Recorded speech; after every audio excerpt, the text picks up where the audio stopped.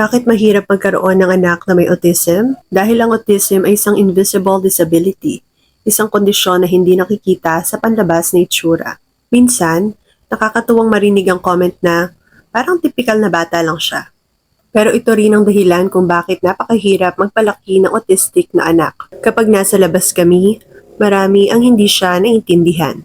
Madalas, iniisip ng mga tao na hyper lang siya kapag nagsisteam siya.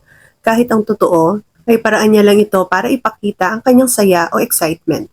O kaya naman ay napagkakamalan siyang kulang sa disiplina kapag bigla siyang sumisigaw o lumalakas ang boses.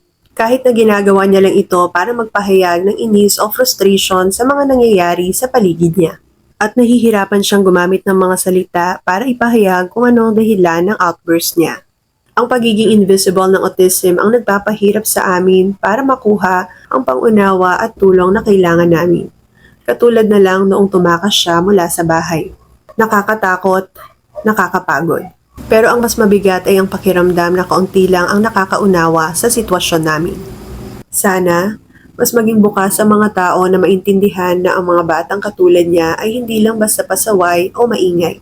Sila'y nangangailangan ng suporta, hindi ng panghusga.